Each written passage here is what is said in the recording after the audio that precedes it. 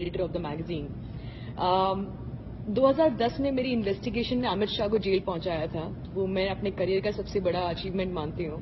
भले ही अमित शाह आज कंट्री के रूलिंग प्रेसिडेंट हैं, रूलिंग पार्टी के प्रेसिडेंट हैं, लेकिन मेरे लिए उनको जेल पहुंचाना is one of the biggest achievements of my career so far. तो उसके बाद उनके जेल जाने के बाद मुझे लगा कि ऐसी बहुत सारी चीजें हैं अबाउट गुजरात जिनको लोगों के लिए जानना बहुत जरूरी है, बिकॉज ये एक मिथ मेकिंग बन गई थी कि मोदी को क्लीन चिट मिल गई है।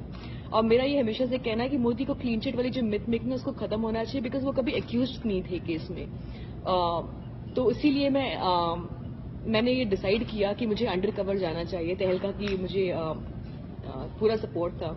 तो मैंने 26 साल की थी मेरी उम्र उस वक्त, और तो उस वक्त मेरी एक दोस्त रहती थी लॉस एंजलिस में, वहाँ की फिल्म इंस्टीट्यूट कंजर्वेटरी में काम करती थी वो। तो मैंने वहाँ का आई कार्ड मैंने मंगवाया, किसी तरह बनवा लिया, फेक पासपोर्ट बनवा लिया, फेक ड्राइविंग लाइसेंस, सारे डॉक्यूमेंट्स बनवा लिए। और मैंने 8 महीने एक ऐसी और लड़की की जिंदगी जी है। सिर्फ मैथिली त्यागी बनी नहीं थी मैं, बल्कि उसकी जिंदगी जिया है मैंने।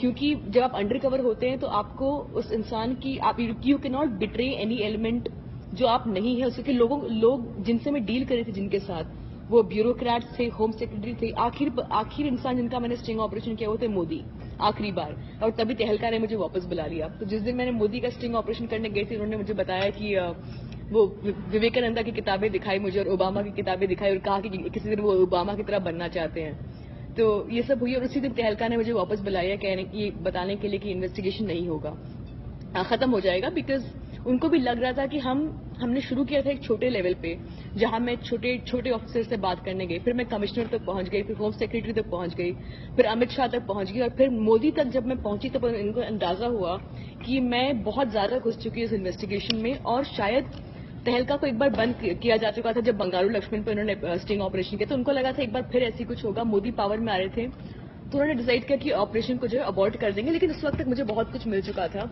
मैंने गुजरात के होम सेक्रेटरी का स्टिंग किया था, commissioner of police, intelligence chief, deputy general of police, जो टॉप ऑफिसर्स हैं गुजरात के, उन सबका स्टिंग ऑपरेशन किया। मेरी बॉडी पे at any given point of time 6 camera होते थे, जिनको मैंने डिवाइस करवाया था। मेरे कुर्ते में, मेरी डायरी में, मेरे पेन में, मेरी वॉच में, हर जगह एक वॉच होता, एक कैमरा होता था, जिसको मैंने 8 महीने तक मैंने एकदम सिस्टम में एंट्रेंच हो गई थी मैं उन्हीं के सिस्टम का हिस्सा बन गई थी। मुसलमानों की बुराई करना, माइनॉरिटीज की बुराई करना, आरएसएस की तारीफ करना, आरएसएस की आइडियोलॉजी की तारीफ करना, उस आइडियोलॉजी को अपनी लाइफ में रिफ्लेक्ट करना।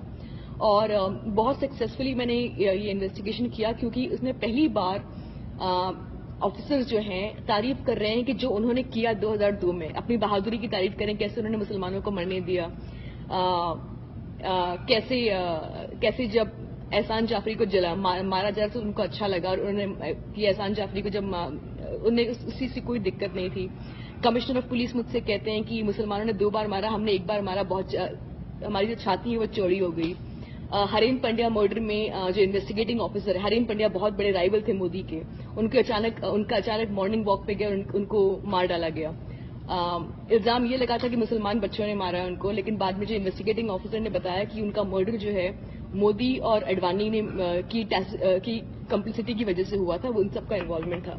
आइडली इन सब खुलासों के बाद इंडियन मीडिया को बहुत बड़ा कैंपेन करना चाहिए था। एसआईटी जो इन्वेस्टिगेट कर रही है उसे टेप्स मांगने चाहिए थे मुझसे, लेकिन ऐसा कुछ हुआ नहीं। मेरे बुक लॉन्च पे हिंदुस्तान के सारे एडिटर और जर्नलिस्ट मौजूद थे, कांग्रेस पार्टी, कम्युनिस्ट पार्टी, जितने पॉलिटिकल पार्टीज हैं उन सब के लीडर्स मौजूद थे मेरे बुक लॉन्च पे।